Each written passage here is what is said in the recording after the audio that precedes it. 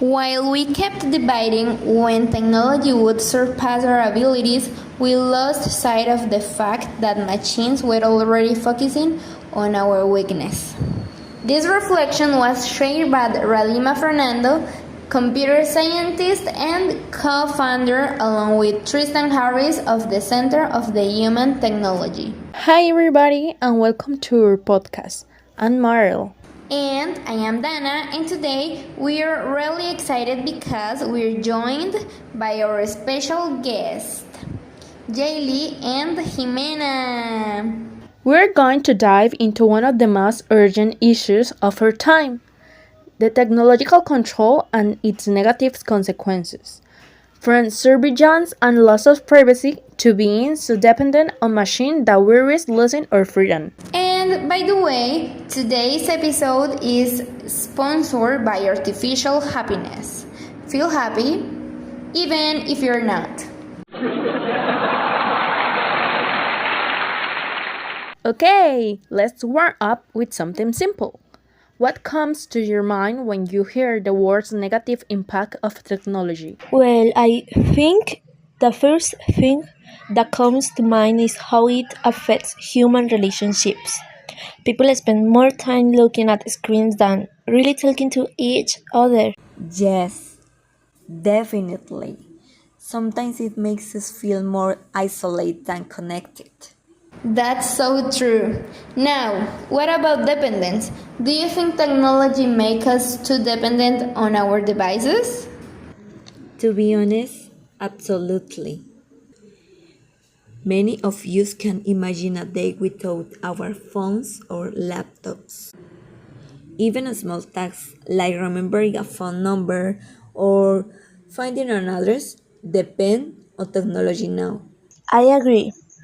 It feels like we've forgotten how to manage things on our own. And have you ever realized that you spend more time on screen than talking face to face with people? Yes, definitely. Sometimes I notice I've been scrolling on social media for hours while ignoring people around me.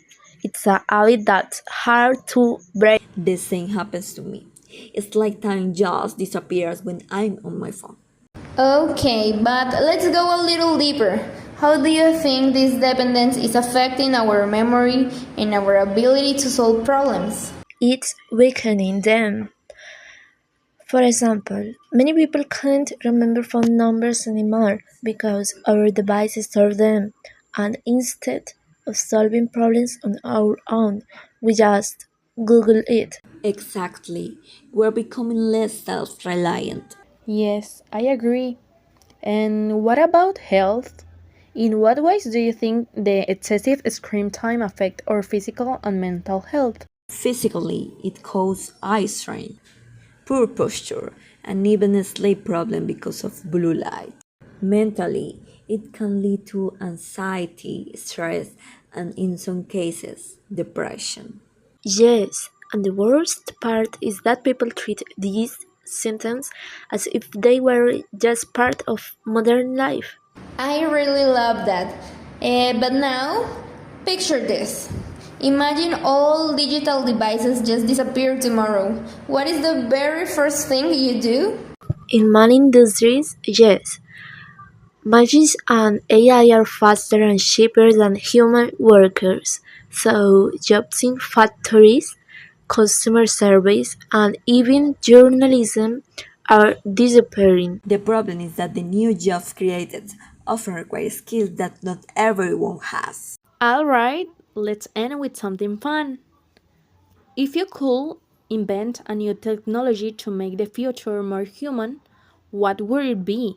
I will invent a device that limits screen time and forces people to interact face to face more often. I'd invent something that helps people reconnect with nature without depending on social media. Okay, and now one last important question. What's one line humanity should never cross with technological advancement? I'd probably go outside, enjoy nature, and spend more time talking with my family without any distraction. I'd also use the chance to have more real conversation with friends. Yes, it's a very good first thing to do. And if you could give one piece of advice to the next generation about using technology, what would it be? Use technology as a tool, not as a replacement for real life. Balance is the key. And don't lose empathy. Use teach, but keep your human side intact. And with that, we come to the end of our today's episode. We've explored the negative consequence of technology, from how it affects our memory and mental health to the impact of automation on employment. We've also reflected on how our dependence on screen is changing our social interactions and what freedom means in an increasingly connected world. We should never let machines fully replace human empathy and decision making. Sometimes must remain deeply human. And I add, we must be careful not to normalize constant surveillance or the erosion of privacy. That crosses a line too.